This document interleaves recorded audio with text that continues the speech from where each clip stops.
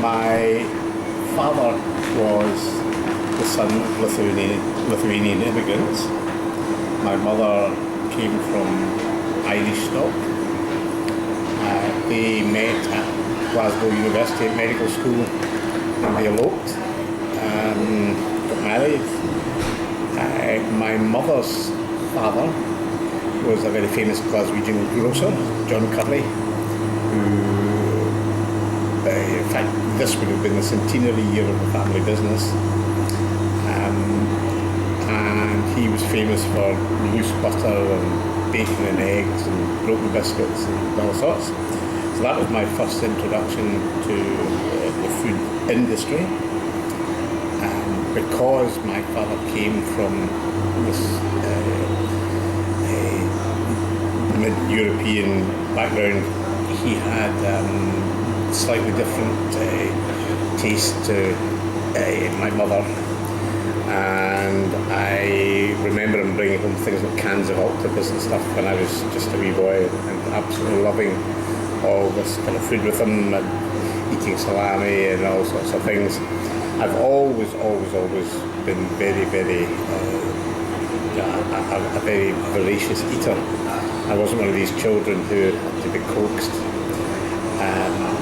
Grew up working all my Saturdays and school holidays working in the family business. So when I eventually got expelled for the third time, and it was obvious that I wasn't going to be an academic, I went in full time to the family business. That lasted for about 10 years, not my fault, but therein lies another story.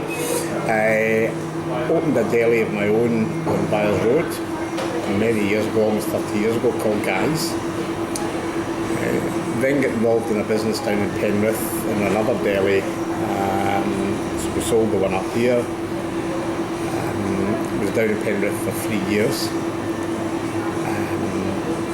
Came back to Glasgow, not quite sure what I wanted to do, and kind of by chance ended up doing catering on a set of a film called Silent Scream, which was directed by David Heyman. The company who had the contract for the catering were from Dublin. They were offered the catering contract on the movie The Big Man with Liam Neeson and Billy Connolly on condition that I would be doing the cooking. So I kind of got a taste of it and I really enjoyed it. And I got to the end of that movie and suggested to Dowlings, the company from Dublin, that I bought in to their company as a partner. They asked for a ridiculous amount of money, which I thought I was kind of paying for myself because I saw myself as the only asset they had. So I just set up my own company, Real Food, and for about 25 years I worked on many television series, pop videos and feature films up and down the line from Red to the UK. I worked on things as diverse as Taggart to Bridget Jones, Spice Girls movie, Entrapment. Fed lots of people, Mick Jagger, Cameron Diaz, Jennifer Aniston. I'm still very friendly with a lot of people. I'm still especially friendly with Ken Stott. I worked on Shallow Grave and Trainspotting and The Debt Collector, not The Debt Collector, I did work on that, but Rogue Trader with Ewan McGregor. And when he came to film Perfect Sense, he and Ewan Bremner came into the kitchens and Guy's in Merchant City for a couple of weeks because they were both playing the roles of chefs, so they came in to get the choreography of the kitchen, which I think they did because I think the kitchen scenes look absolutely fantastic in the film. And that's that really. That's kind of I got to the end of about 25 years, as I say, of location catering, and one or two things, including age, made me think it was time to kind of get out of it because I was getting a bit fed up living out of suitcases and travelling, blah blah blah. So we found the premises on Candle Rigs and opened the Guy's Restaurant, which reflects my eating and my cooking. So, which is why it's such a diverse menu. It's not, it's not like an Italian restaurant. It's not a grill, and it's not that. It's just, you know what? These are all dishes that I eat in the course of a month or whatever, and they're all in one menu. And I like to think that we do them all really well. Whether it's the sushi or the mince and tatties, the sashimi, the steak tartare, or all the other things in between. So that's it. That's great, thanks. Okay. Because I was reading about Ewan McGregor working immigration guys, and he said that he realised pretty quickly that this wasn't just a carry on, you were bucking orders at him when he had to get the foods on the table. Well, Ewan's a lovely guy, but he's a much better actor than he is. He did have to come out and adjust his hair in between frying an egg. However, it did cause quite a stir that, every 10 minutes or so he would come out and sit down at a table, and people would kind of look because he was in his chef's whites.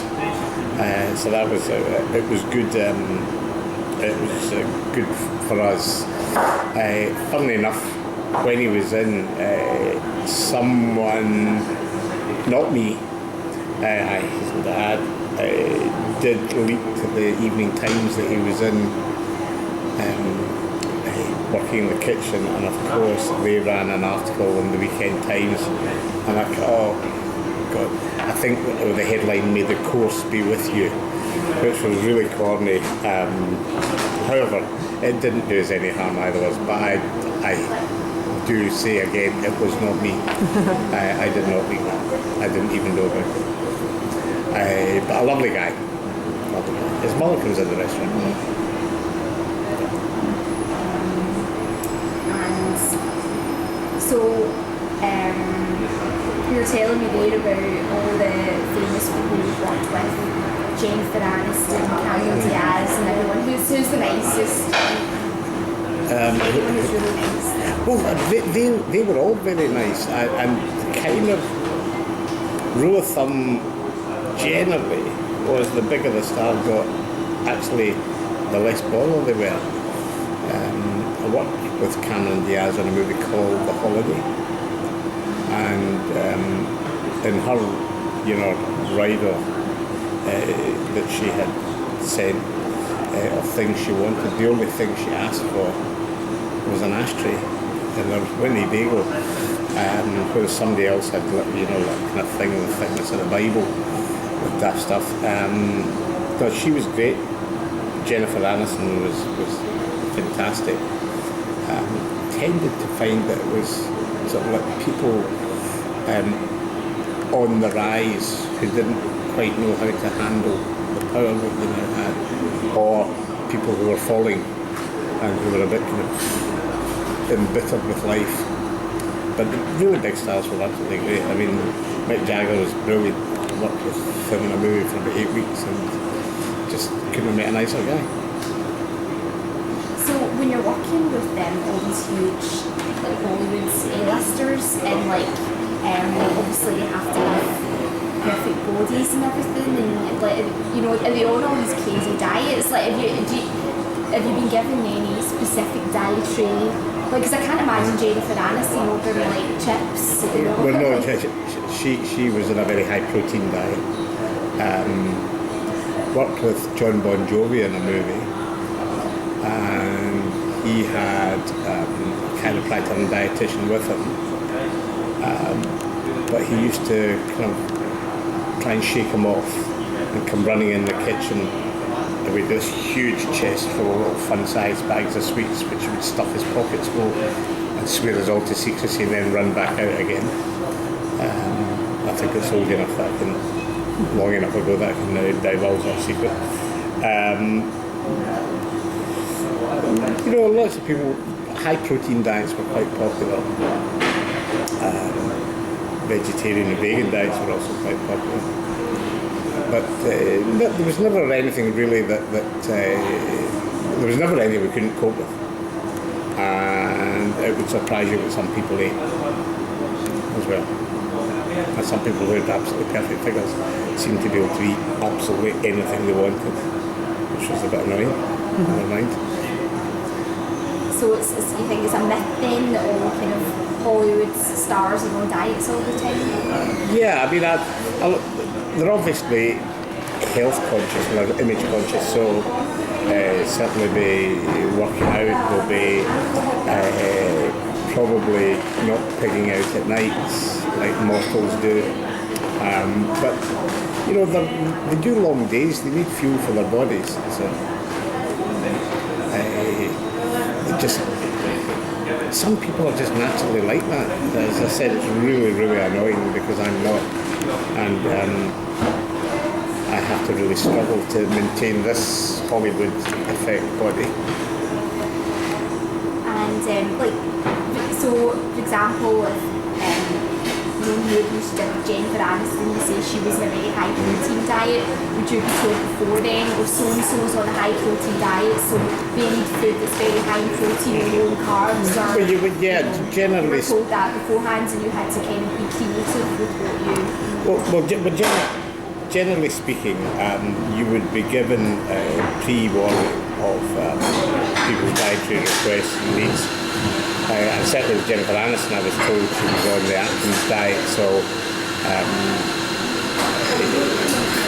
we just made sure we had all the things that she would need for that.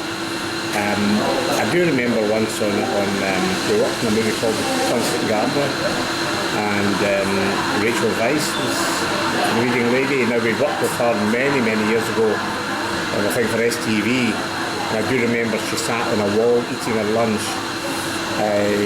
This time was a bit different in that we had to email menus a month before the film to people in Germany for approval. And on the first day when she came up and said, "Oh, hello, I remember you, blah, blah, blah, blah, blah, blah," I said, "Did you get the menus?" She looked at me and went, "What menus?" Which, I mean, happened all the time. There would be all sorts of people would kind of make all sorts of requests, but it would never actually get back to the main person. I mean, a great one was when we worked on Entrapment, we did the bit where they came up to Mull to film, and the first morning Sean Connery's PA came in and told me that all Mr. Connery ate was green salad with a blue cheese dressing. I said, fine. So that lunch, a beautiful day, that lunchtime came and we had his green salad with the blue cheese dressing ready. His wife came up and took away this huge bowl of spaghetti with wild mushrooms for herself. And because it was such a nice day, they were all sitting at picnic tables outside the castle and Mull, and I saw her spoon feeding him a forkful of the spaghetti, and literally turned around and kind of bounded over to the kitchen and asked for a plate of the spaghetti. And so he had that, and he asked for a large plate of spaghetti. And then the next morning, his rather humble PA came in and said he wanted to know what was on the menu that day. So I told him what was on the menu, and at that point I was rolling some sushi. I cut some and I put it in a plate, and I said, "Do you want to take me in some to his caravan?" She said, "Oh, he doesn't eat sushi." I said, "Well, we'll take it in for Mrs. Connery." So she took it away and came back 2 minutes later, rather red-faced, saying they would like a large plate of sushi. And that's quite typical of, you know, someone else telling you what so-and-so likes. The problem is, of course, that a lot of catering on film sets, you know, it'd either be very good or really crap. And people like that would be so used to being fed crap, it would be safer just to have a green salad with a blue cheese dressing. But we were delighted that he ate with us absolutely everything we made from the first lunch. Yeah, that's a great story. And I always think that with the celebrities that have got reputations for being a lot of diva or demanding, whatever. You think is it actually them, or is it the people around them? Well, I mean, on the Spice Girls movie, God knows how many PAs they had between them, but there was more than PAs than there were Spice Girls. And you know, in the first few days, it was a nightmare trying to get them fed, because there was a crew of 200 people. So they would break for lunch, and there'd be this huge queue, and then about 10 girls would come down, backing out orders what these 5 girls wanted. And it was what they thought they wanted. It was absolutely nothing to do with what they wanted. But you know, you can imagine we're trying to kind of get everybody dealt with, and it just caused chaos. But we got that sorted out after a few days, and we kind of, it was much easier to deal with people directly. Like when we were on the movie Bent with Mick Jagger, and on the first night, you know, he appeared with a convoy of vehicles, and I just thought, oh, this is going to be a nightmare, because there'll be so many people that any messages will have to go through, and that's how it was for the first meal. But anybody came to me later that night, and they said, look, will you come down and tell me every day what's for lunch, and I'll tell you what I want, and worked very well after that. You have 2 restaurants or within the Merchant City, so why did you choose the Merchant City? Well, it was the alternative to the West End, really. And at the time it was a much cheaper alternative to the West End. I'm not so sure it's the same now, but it's vibrant. It's I've yet to see, and not that I'm wanting to, but I've yet to see any trouble in the Merchant City. And that's not something you could say if you walk down Ashton Lane on a busy Saturday night. But you know, people tend to be, I don't know, they just tend to have a smile on their faces, and it is very much an eating and drinking and kind of entertainment area at night, and I just like the vibe of the Merchant End. You also have the fact that you're kind of just off the city centre as well, so you get that's good too. But it's a lovely, you know, a lot of the architecture is really old Glasgow, and you know, just charming people around here, myself included. You know, and there's quite a kind of, you know, with the Tron Theatre and all, you know, there's just quite a lot of culture round about these parts. So it's nice, you know. The West End's kind of, oh, for God's sake, forgive me, but it's kind of up its own backside a wee bit, if you know what I mean. It's kind of like all a bit kind of full of their own importance. I shouldn't say that. But we call a spade down here. And as I say, there's some lovely bars, some lovely restaurants, there's nice clubs, there's some nice shops, although I wish there was some more shops. And I just wish somebody would organise a fantastic food market somewhere down about here that would be absolutely perfect. Maybe 5 p.m. could do that. Or maybe, that's an idea. And so the last question that I've written down here is, if you had to pick one dish on your menu that you recommend that you had to try, what would it be? Oh, if you can. If I could pick one dish. You see, that's very difficult, because our menu's not made up of you know, let's start at this dish because that's my favourite and work our way down. Every single dish that's on there is there because I eat it. We make all our own ravioli, it's absolutely fantastic. But our spaghetti sauces are brilliant.